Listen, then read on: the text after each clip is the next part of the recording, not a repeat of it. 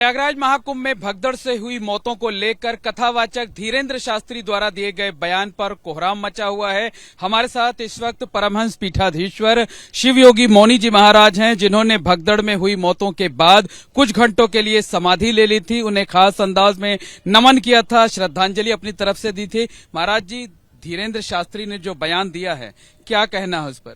उनका बयान बिल्कुल बचकाना बयान है। ऐसी बयानबाजी उनको नहीं करनी चाहिए, क्योंकि एक प्रतिष्ठित कथाव्यास के रूप में अपनी पहचान बताते हैं। और जिन लोगों परिवार के लोग, मैं तो वहां था, मैं घटनास्थल की स्थिति को मैं देख रहा हूं कि जो स्थिति वहां की है, सभी हृदय विदारक है। सभी के माता, सभी के भाई, सभी के पुत्र, सभी के पिता जो लोग गए हैं, वो सब बहुत हृदय विदारक घटना है। हम लोगों को कुछ भी बोलने के पहले बहुत सोच समझना चाहिए, क्योंकि कुछ भी बोल देना और मंच से बोल देना, हंस करके बोल देना, ये बहुत दुखद विषय है। किसी को भी अधिकार नहीं, किसी संत महात्मा को नहीं, किसी को भी अधिकार नहीं है किसी के भाई बंधुओं के बारे में टिप्पणी करना। मैं निश्चित रूप से इस बयान को कतई स्वीकार नहीं करता हूं। सभी लोगों को सोच समझ के, क्योंकि उससे इस बयान के बाद जिनके परिवार के लोग गए हैं, काफी व्यथित लोग हैं और शिकायत कर रहे हैं कि इस तरीके, क्योंकि मेरे यहाँ बॉम्बे से भी आई एक लड़की दबी थी, उसके कुछ लोग मिले थे, मैंने उनकी पीड़ा मैंने सुना है, इसलिए उससे लोग बहुत व्यथित हैं। इसलिए मैं तो चाहता हूं कि किसी को भी ऐसे बयान देने पर रोक लगाना चाहिए। और मैं तो इस बयान का बिल्कुल समर्थन नहीं करता हूं। तो मां गंगा से प्रार्थना है कि ऐसी कोई भी घटना दोबारा न घटे, न भगदड़ हो, न कुंभ कलंकित हो, न आस्था प्रश्न उठे, क्योंकि और सारी चीजों का बयानबाजी करने का समय सबके पास है, लेकिन इसके लिए सबको केवल उपासना करनी चाहिए, साधना करनी चाहिए। और मैं तो धीरेन्द्र शास्त्री जी को भी कहूंगा कि उनको भी भगवान से प्रार्थना करनी चाहिए सबके लिए।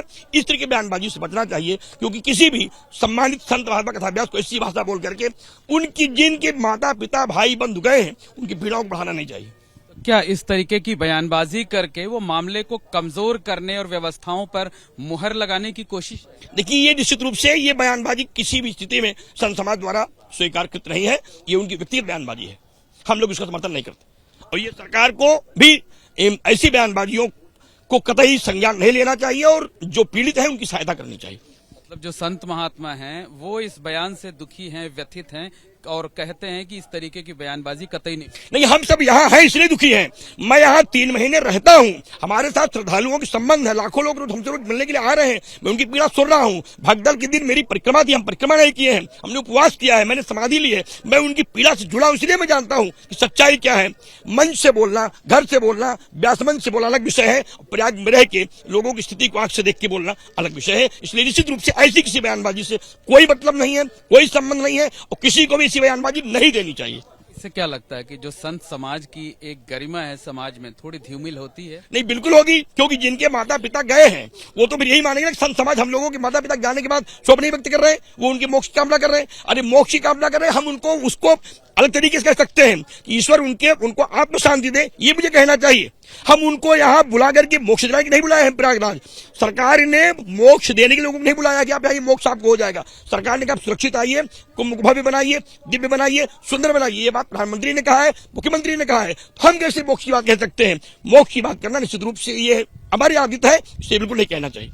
निश्चित तौर पर शिव योगी मौनी महाराज धीरेन्द्र शास्त्री के बयान से कतई सहमत नहीं हैं। उनका कहना है कि इस तरीके की बयानबाजी बचकाना हरकत है और दोबारा इस तरीके की बयानबाजी नहीं की जानी चाहिए। कैमरामैन राजेश कुमार के साथ Mohammad Moin, ABP News, Mahakumbh Nagar, Prayag. For exclusive and insightful videos, subscribe to our new channel ABP Live Premium.